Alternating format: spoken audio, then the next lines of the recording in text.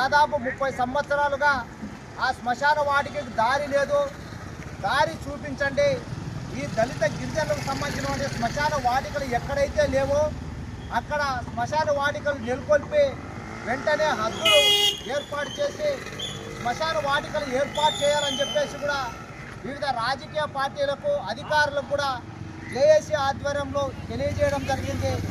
మరి మొన్నటి దినం చూసే ఉంటారు, కొర్లకుంట గ్రామంలో ఒక దళిత మహిళ చనిపోతే ఆమెని అంత్యక్రియలు నిర్వహించుకోవడానికి శ్మశాన వాటికి దారి లేకపోవడంతో 2 రోజుల పాటు ఆ శవాన్ని ఇంటి ముందరే పెట్టుకొని చాలా ఆవేదన బాధకు లోనైన సందర్భాలు కూడా మనం చూసాం. మరి అప్పుడేమో శవం ఇంటి ముందు ఉందని చెప్పి తెలుసుకున్నటువంటి అధికారులు రాజకీయ నాయకులు మేఘాల మీద గ్రామానికి చేరుకొని మీకు శ్మశాన వాటిక దారి చూపుతామని చెప్పేసి మాయ మాటలు చెప్పి మభ్యపెట్టి ఆ అంత్యక్రియలు అయిపోయిన తర్వాత నేటికి శ్మశాన వాటికకు దారి చూపించకపోవడంలో పూర్తిగా నిర్లక్ష్యాన్ని కనబట్టడం కూడా చాలా బాధాకరం. మరి అదే క్రమంలో ఎక్కడైతే కొర్లకుంట గ్రామంలోని దళిత యువకులు తమ స్వేచ్ఛ హక్కుల కోసం ఉద్యమిస్తూ ప్రశ్నిస్తున్నారని చెప్పేసి ఇక్కడున్నటువంటి రాజకీయ నాయకులు వారి మీద కక్ష సాధింపు చర్యలకు కూడా పాల్పడడం అనేది కూడా మంచి పద్ధతి కాదని చెప్పేసి జేఏసీగా తెలియజేస్తున్నాం.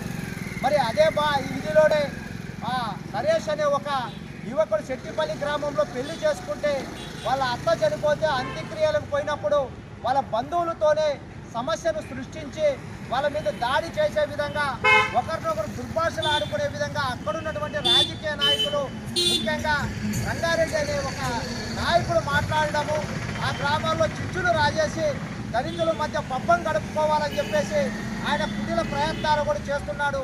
ఇది ఎంత మాత్రం తగుదని చెప్పేసి మేము ఇప్పటికే రాజకీయ నాయకులకు అధికారులకు కూడా తెలియజేసినప్పటికీ కొంతమంది అధికారులతో ఆయనకున్నటువంటి సన్నిహిత సంబంధాలు మరియు అధికార కూటమి పార్టీ అండదండలతో ఈ నరేష్ను మరి అతని భార్య మరి వాళ్ళ బంధువుల మీదే ఏకంగా కేసు పెట్టించడం జరిగింది.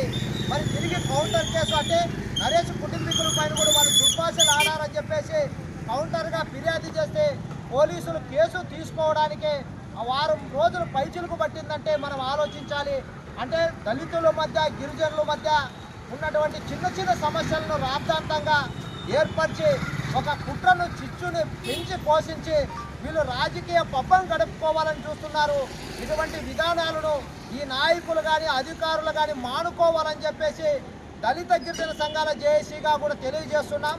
మరి అదే క్రమంలోనే ఇప్పుడు ఈ మండలంలో జరుగుతున్నటువంటి అనేక సమస్యల మీద ఈ అధికారులు నాయకులు సంయుక్తంగా ఆలోచన చేసి పరిశీలించి న్యాయమైన దళిత గిరిజనుల సమస్యలను వెంటనే పరిష్కరించాలని చెప్పేసి కూడా ఈ డిమాండ్ చేస్తూ ఈరోజు ఈ కార్యక్రమాన్ని ఏర్పాటు చేయడం జరుగుతుంది.